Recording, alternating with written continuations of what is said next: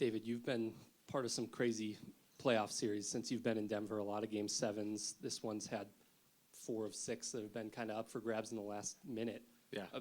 Where does this kind of rank just from a competitiveness standpoint in terms of what you guys have been through over the last few years as a series? I mean, Minnesota I didn't think was that competitive, to be honest, a lot of those games. Portland was crazy competitive the year that, we lost here. San Antonio was an amazing series, all those years ago.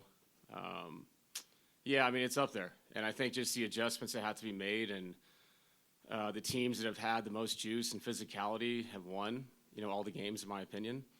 So this will be no different. I know it's the deciding game because we can't play best of 9, so I get it. But I think it's going to be the same kind of thing. It's going to be its own story. Obviously, there's pressure added to it. But the feeling I got from our guys is they understand what this is, and they're taking it in a professional way because that's the way you have to be. It's emotional, but if you're going to win the game, you got to be professional. We know that, so I'm excited for the challenge. Coach, Ty adjusted in Game 6 and started Nico Batum in the second half. Just what did he bring for them? And you guys are obviously expecting that in this game tonight. Just what does he change from Chris Dunn?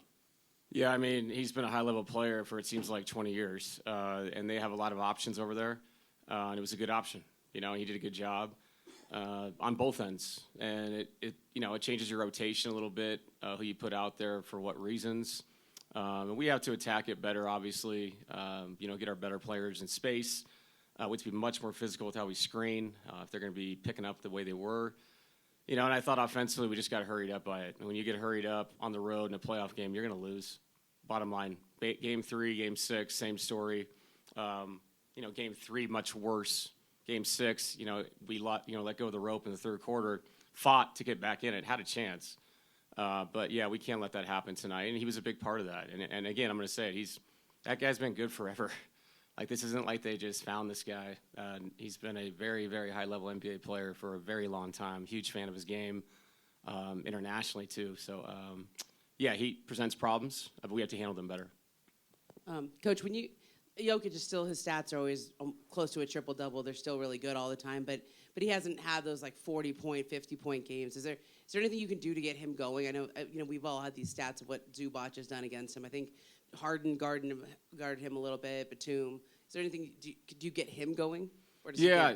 I think the screening thing I'm mentioning is not just with Jamal. Like, if you want to get him in space and let him feel comfortable, then we have to do a better job of knocking people off. Zubac is a really good defender, but they've also sent bodies late to him. Sometimes made contact, sometimes didn't. But, yeah, we have to handle that better. I think in the catch-and-shoot stuff, he can be aggressive to shoot it. But I also thought he drove it and found people. Christian Brown doesn't make the threes at the end of the game if Nikola Jokic doesn't make the play for him. So it's a catch-22. Like, he needs to score, but he also needs to create offense as well. And him. He'll balance it out. He'll figure out a way to be impactful that way. But, yeah, they've done a good job in the sense of making it hard for him, which is what the playoffs are supposed to be. But I would expect a big game from him. I think Game 4 he was pretty exceptional. Would not be surprised if we see that in Game 7.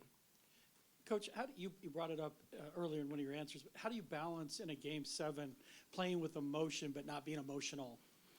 Yeah, no, I think experience helps. We played in a lot of these games, and you have to understand that there is a point of exhaustion in these games, especially with a quick turnaround, playing later in LA and then coming back here and playing a somewhat earlier game with playing 7 games total. So, yeah, I think when there's downs in the game, that's when everybody has to be the closest together, keep each other going.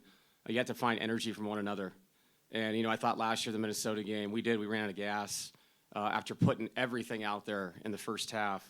And so I have to help them with that. We have to balance out as best we can, understand how long this game is. And in order to win it, you really have to stay in the moment. And like I said, everybody's got to be there for one another. And guys could come in and play for 45 seconds. They come in and play for a minute and a half. Whatever it may be, everybody's got to be ready because that's how you're going to find a way to score more points than them in a deciding game. Dave, what have you been most proud of about your team's defensive performance over the course of this series? I think the games we won, we were impactful early in all ways. I thought we were more up the line, with our weak side defense. I thought we impacted them with active hands. which sounds like a simple thing, but when you're mentally tired and physically tired from a series, sometimes that stuff goes away as the games dwindle on. I thought that happened in the third quarter in LA the other night. And when we're consistently active and guys are being responsible for their teammates, and we're connected with how we're rotating, contesting, defensive rebounding, it has led to better offensive games. Because I think they're thinking the same thing. They're a great defense. When their defense impacts us like it did in Game 6, they score 20-plus points off turnovers. So that's been the deciding factor in these games is activity and how long can that activity sustain to win a game. So our three wins, I thought we were at our best in that sense in communication and just kind of covering for the man next to you. Because this is, man, these guys are too good. We have really good players. They have really good players. It's not just one person guarding one person. It's a team thing, a team effect. So if we want to win this game, that has to continue. David, you talked about how physical the Clippers Smalls were in Game 6 and said you guys need to go there, tonight. What does that look like, and what is the message to the group as far as just kind of that physicality tonight? Yeah, we have to read the game, see the way the game is being officiated, how physical it is. I think it'll be a game that they let the guys play. And you have to test the boundary a little bit, both teams, because you're trying to win a game. You're trying to deter the other team from having any kind of flow offensively. We have to meet that level, that measurement that they went to in LA. So I'm not going there. We got to play a lot harder and more physical. Thank you, Coach. Yep.